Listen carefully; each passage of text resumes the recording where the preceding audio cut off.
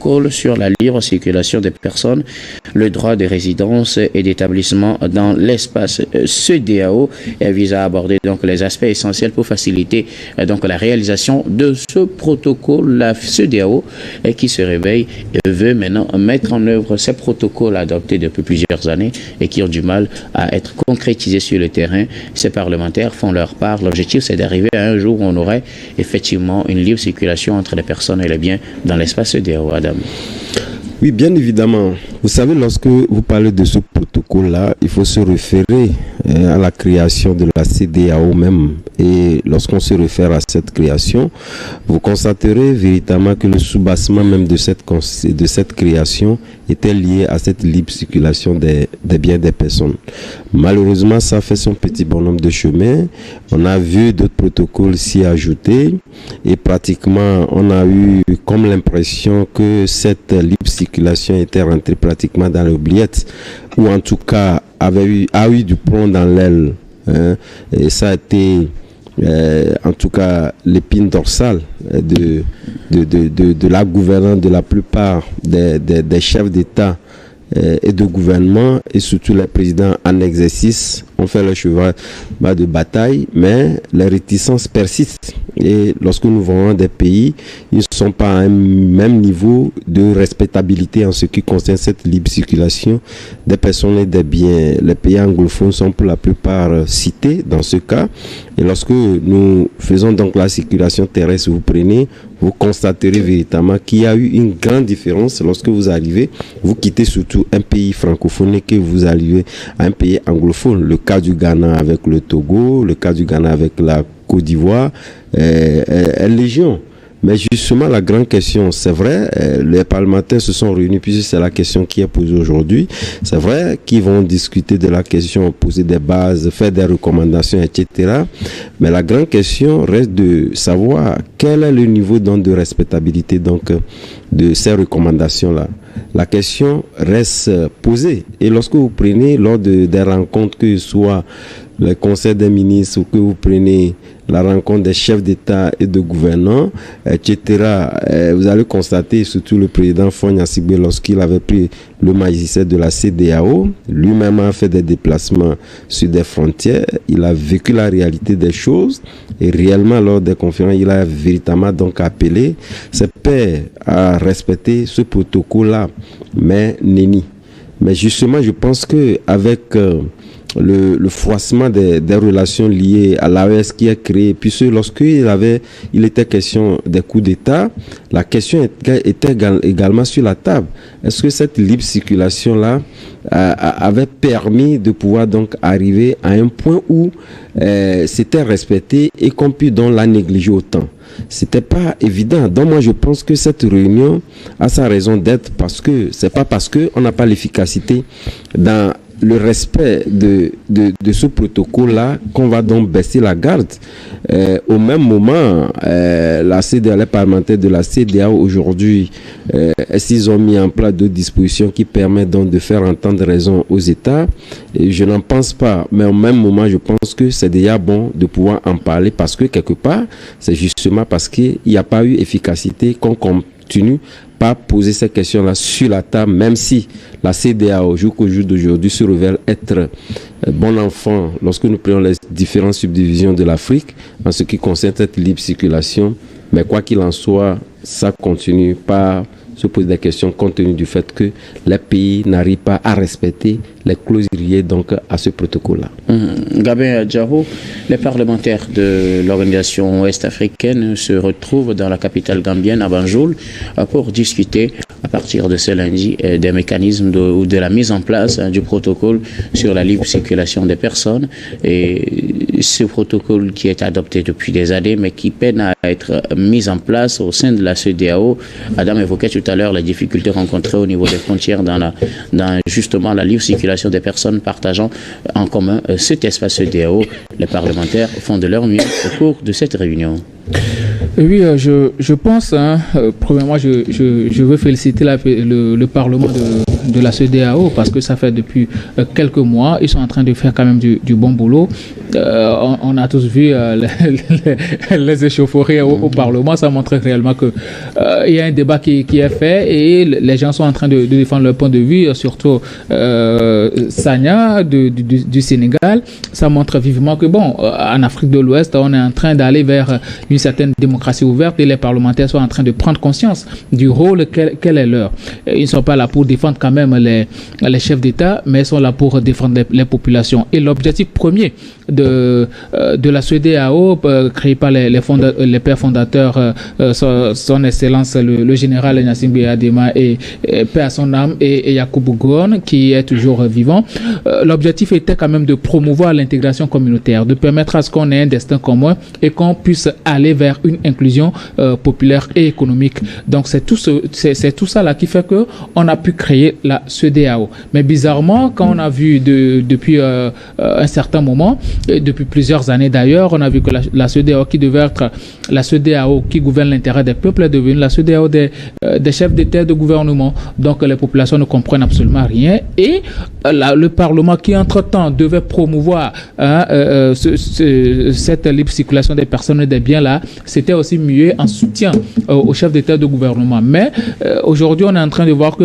ils sont en train de prendre conscience et c'est de bonne guerre. L'article 3 alinéa 1 quand même du protocole a prévu en bonne et due forme l'intégration des populations. Mais aujourd'hui, quelle est la réalité sur le terrain? On avait vu lors du mandat du président togolais à la tête de cette institution communautaire-là, il a eu à se rendre aux frontières de Togo-Ghana et il a eu à constater des choses. Il a dit que non, en réalité, ce qu'on avait prévu, c'est pas ce qui est fait. Donc, il va falloir changer les choses. Mais malheureusement, il n'a eu qu'à faire un court moment à la tête de la CEDEAO, le mandat étant fini. Il n'a pas pu apporter les réponses aux problèmes qu'il avait dénichés. Aujourd'hui, moi, je vois que il faut aller vers là. Il faut aller vers là parce que c'est tellement compliqué aujourd'hui. On est dans la même sous-région. On parle de libre circulation des personnes et des biens. Surtout quand on n'a pas le même colonisateur. Adam vient de le dire. Les pays francophones, on a tellement de mal à franchir les frontières avec les pays anglophones. Et si tu veux aller juste au niveau de Sogankopé, c'est assez compliqué. Même les gens qui n'ont pas de pièces d'identité, on les amasse dans une case là-bas. Après, vous devez payer 500 ou bien 1000 francs avant de pouvoir partir. Et moi, ce qui me choque un peu, c'est qu'on ne parle même pas de l'aspect sécuritaire. C'est que si on dit que ces gens-là, ils peuvent être dangereux pour d'autres pays, ou bien pour déstabiliser d'autres pays, là, on peut comprendre. Mais vous amassez les gens là-bas, juste quand ils donnent 500 ou bien 1000 francs, vous les laissez passer. Ça veut dire que avec 1000 francs, la personne peut aller déstabiliser d'autres pays. Et ça pose un certain nombre de problèmes. Moi, j'ai cru qu'à un moment donné, au Bénin, ça va être beaucoup plus facile, mais bizarrement, on est confronté au même problème. Tu paies à la frontière Togo et à l'entrée du Bénin, et tu paies quand tu vas rentrer aussi pour des gens qui n'ont pas de papiers. Maintenant, ils font tout pour pouvoir inventer aussi des papiers. Tu peux avoir ton passeport, ta carte d'identité, ton carnet jaune et tout. Ils inventent forcément quelque chose pour te soutirer de l'argent ou bien carrément, cette douanier-là te demande de l'argent directement. Il faut faire quelque chose, il faut nous acheter de l'eau et autres là. Donc, c'est quelque chose qui ne permet pas réellement à ce que les populations aient la quiétude de pouvoir traverser les frontières comme ils veulent et aller faire leurs affaires. Or, on a un destin commun, on veut faire des affaires. Aujourd'hui, quand tu vas au grand marché de Lomé, les gens viennent du Ghana le matin, ils viennent acheter leurs marchandises et repartent directement pour aller vendre ça dans leur marché. Imaginez que ces gens-là, on bloque ces gens-là aux frontières, ça va être compliqué pour les vendeurs du grand marché de Lomé d'arriver à écouler leurs marchandises et aussi aux populations de Ghana d'arriver à trouver les marchandises qu'il faut. Donc, je pense que le Parlement de la CEDEAO a quand même pris une très bonne décision, mais le plus important est de ne pas seulement parler de ces problèmes-là, d'arriver à trouver des solutions. Et qui sont chargés d'appliquer ces solutions-là, ce sont les chefs d'État et de gouvernement. Donc, les chefs d'État et de gouvernement doivent prêter oreille attentive à ce que les parlementaires de la CEDEAO vont dire et vont faire comme plaidoyer. Je pense que c'est juste comme ça qu'on peut arriver quand même à à une certaine concorde dans l'espace sous-régional qu'est la CEDEAO aujourd'hui.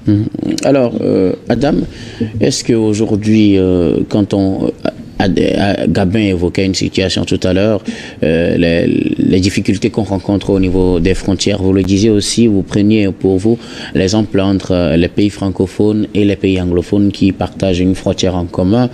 Mais les parlementaires de la CEDEAO, on le sait, ils vont travailler sur des projets, des tests. Mais est-ce que dans la réalité, le problème se situe au niveau des tests? N'est-ce pas plutôt des agents véreux qui se retrouvent au niveau des frontières, qui inventent des systèmes pour pouvoir soutirer de l'argent aux pauvres populations? Est-ce que le problème se pose au niveau des tests? Le problème se pose autant au niveau des tests qu'au niveau des pays. La question n'est pas une question d'argent. Vous savez, lorsque vous prenez le cas béninois avec le Togo avant l'arrivée de Patrice Talon, c'était pas autant différent. Vous aurez dû constater que, après, même si au niveau des frontières, vous avez le frontière matériel, vous avez vos cartes d'identité ou vos passeports, la difficulté ne se pose pas. Mais lorsque vous transportez des marchandises pendant que vous voulez traverser le Bénin, à l'époque, c'était très difficile. Mais vous convenez avec moi qu'aujourd'hui, lorsque vous prenez, avec l'arrivée de Patrice Talon, il n'y a même pas de barrière de tracasserie. C'est même plus, en tout cas magnifié même que le Togo, depuis la venue de... Et je pense que beaucoup en parlent. Vous arrivez, aucun agent de force de l'ordre de sécurité ne vous demandera pas un seul centime. Ça voudrait dire que la volonté politique également est passée par là. Donc lorsque nous parlons d'agents, à partir du moment où il y a la volonté politique, personne ne peut rien. Les agents véreux. Tout à fait, personne ne peut rien. Puisque lorsque vous prenez, en tout cas parlant de ces agents véreux-là, le Togo n'a rien à comparer avec le Bénin en ce qui concerne dans ces agents véreux.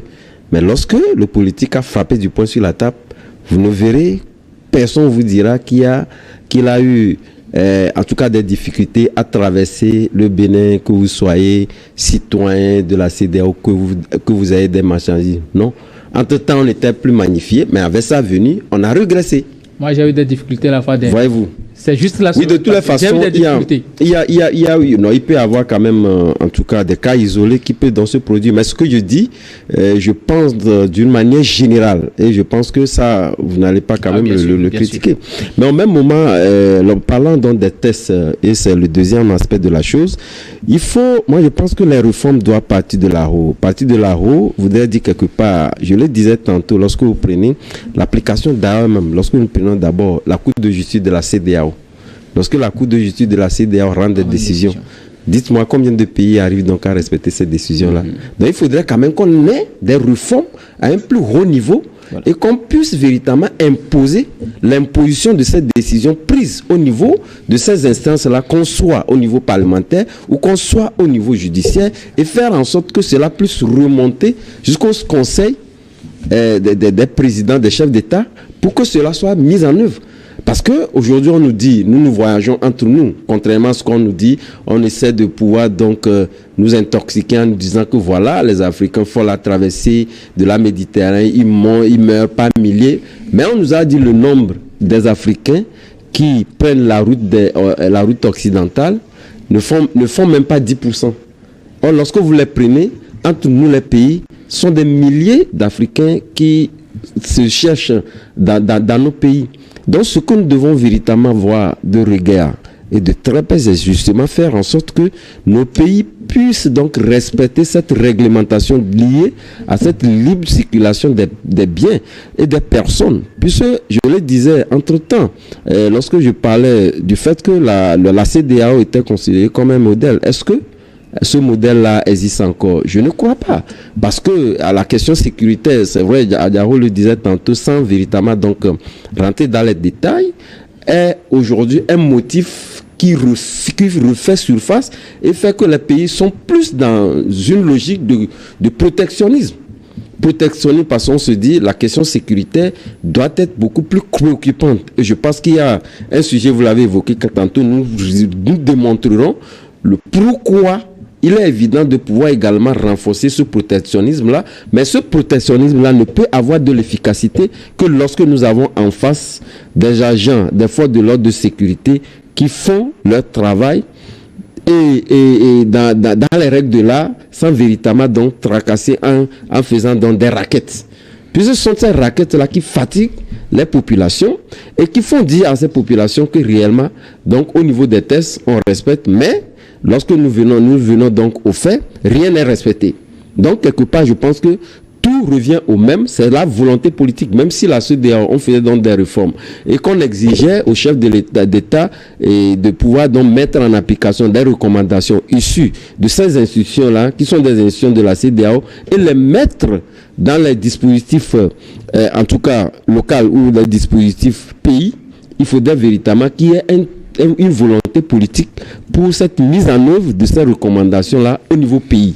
Sans quoi, c'est vrai, il peut y avoir des réformes et qu'on est dans des couloirs de transmission de ces réformes-là au plus haut niveau des chefs d'État, mais lorsqu'il n'y a pas de volonté politique, on serait en train de faire le surplace, et qu'en réalité, ça reviendra donc au même. Gabin Adjao, la volonté politique, c'est ce qui prime, même si on peut dénombrer, comme vous le disiez tout à l'heure, des cas d'agents véreux. Adam pense que la volonté politique, c'est la principale des choses qui pourra me permettre d'arriver un jour à l'effectivité de cette libre circulation des personnes et des biens dans l'espace CEDEAO. Oui, la volonté politique est assez primordiale dans ces circonstances-là, et surtout la capacité d'application des tests. Les tests ne valent que par leur caractère contraignant.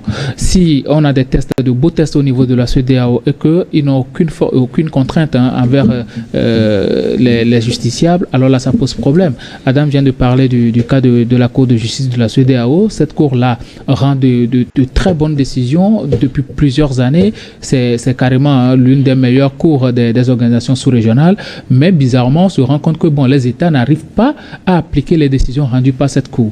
On a connu beaucoup de décisions rendues par cette cour-là qui n'ont pas été mises en œuvre. Soit les États choisissent les parties à exécuter, soit peut-être on peut décider de verser des émoluments aux gens, mais pour d'autres pans, ils ne veulent pas les appliquer. Ça veut dire que les États ont quand même la capacité de choisir la décision qui les arrange. Et ça pose un certain nombre de problèmes. Dans la plupart des pays, même de l'Afrique de l'Ouest, on a tendance à constater que les décisions qu'on rend ou bien les problèmes qu'ils ont à leur intérieur, quand on apporte ça devant la Cour de justice de la CEDEAO, ces États-là ont toujours eu tort. Ça montre à suffisance que même dans la plupart de nos pays, on n'arrive pas réellement à respecter les tests. Alors comment faire pour respecter les tests sur le plan communautaire? Ça pose un certain nombre de problèmes. La CEDEAO a de très bons tests. Si on arrive à mettre en application ces tests-là, je pense qu'on n'aura pas de problème dans la sous-région. Surtout au niveau de l'intégration et autres là, il n'y aura pas de problème. Mais le fait est que nos États même choisissent de ne pas premièrement respecter les tests chez eux et du coup, ils ont du mal à appliquer les tests communautaires. Or, dans la hiérarchie des normes, les tests que vous avez ratifiés s'imposent normalement à vos tests nationaux. Mais ils ne le font pas, ils ont choisi de ne pas le faire. Donc, le problème aujourd'hui, c'est que on doit arriver à inculquer dans la mentalité que c'est nous qui avons choisi d'adhérer à cette CEDEAO. Ça veut dire que nous devons accepter d'appliquer les recommandations venues de la CEDEAO. Nous devons appliquer les tests de la CEDEAO.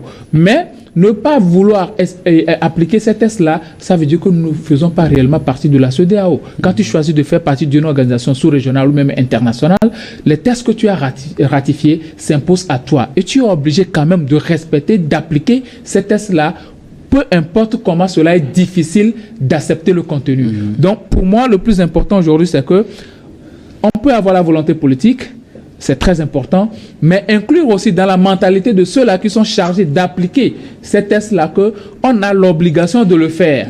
Les douaniers qui sont aux frontières et tout, les brebis galeuses, c'est vrai, il y en a dans toutes les professions, mais quand les brebis galeuses sont beaucoup plus nombreux que ceux-là qui ne commettent pas des exactions, alors ça pose un problème. Donc moi, mes accusations, bon, souvent la plupart de ça, c'est juste côté Togo-Ghana, là c'est beaucoup plus accru.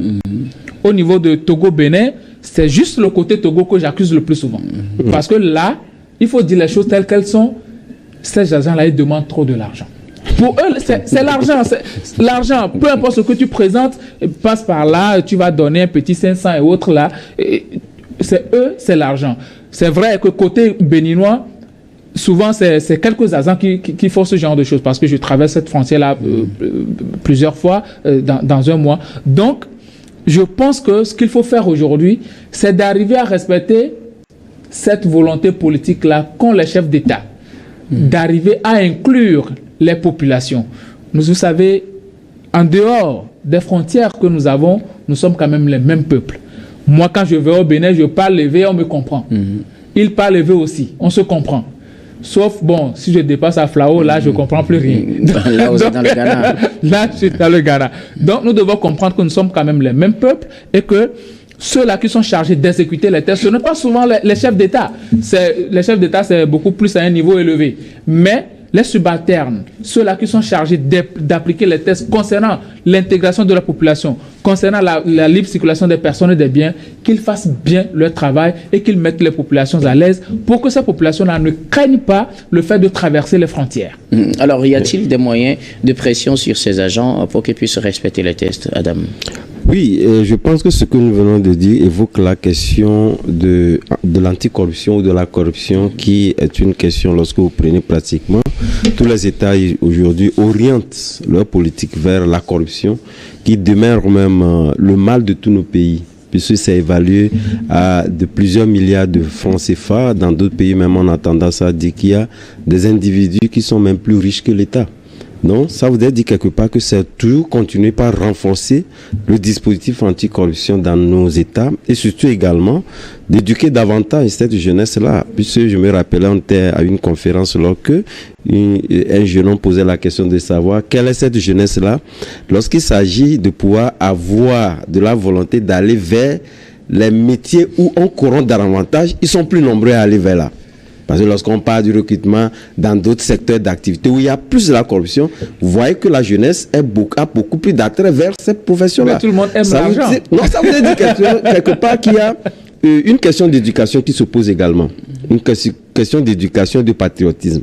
Parce que quelque part, si chacun fait sien cette question d'anticorruption et qu'on essaie véritablement de montrer le mal, la corruption dans nos États, je pense qu'il faudrait quand même que ça commence par cette jeunesse-là, à qui on dit, voilà, on a besoin de l'emploi pour la jeunesse, mais cette jeunesse-là choisit. Non, on a besoin de l'argent, mais il faut quand même mûrir des idées pour en chercher. Ah oui. On ne va pas quand même s'orienter parce que là, il y a plus de corruption. Donc la jeunesse aime là où on corrompt davantage. Donc vous voyez qu'il y a véritablement une question d'éducation liée également à cette question d'anticorruption qui se pose. On lutte contre la corruption, éducation. Que faut-il faire pour que ces agents qu'on qualifie souvent de véreux et qui n'appliquent pas les tests puissent retourner dans les rangs? Oui, bon, à ce niveau, je ne parlerai pas de lutte contre la corruption, mais je parlerai beaucoup plus de sanctions vis-à-vis de ces agents-là. Quand vous arrivez à sanctionner 1, 2, 3 personnes, ceux-là qui vont commettre encore ces actions-là auront peur. Et surtout, il faut faire en sorte que les populations aient accès beaucoup plus tôt à des mécanismes qui pour porter plainte contre les agents-là qui les malmènent au niveau des frontières et qui leur mènent la vie dure. Je pense que quand les populations auront accès facile à des institutions, à des instances de la CEDEAO, ça va beaucoup plus permettre. C'est en cela qu'il faut aussi créer d'autres institutions qui pourraient permettre à la population d'être beaucoup plus à même de les approcher. Parce qu'aujourd'hui, pour une histoire de 500 000 francs, tu ne vas pas quand même prendre un avocat pour porter plainte au niveau de la Cour de justice de la CEDEAO. Il faut créer d'autres mécanismes pour permettre à la population d'avoir accès facile. Pourquoi ne pas avoir des inspecteurs au niveau de ces frontières-là pour que si les populations sont victimes d'un certain nombre de choses, ils puissent les approcher directement pour dire que bon voilà, tel douanier ou bien tel policier, tel gendarme m'a fait ceci ou cela. Donc là, je pense que ça va se régler rapidement. Donc, je pense que la meilleure des choses à faire, c'est arriver à créer ce genre de système pour permettre à la population de rapidement porter plainte et aussi qu'on arrive à sanctionner ces gens-là. Parce que, je l'ai déjà dit beaucoup plus tôt, les lois ou bien les tests ne valent que par leur capacité contraignante. Sinon, en dehors de ça, il n'y a pas de test.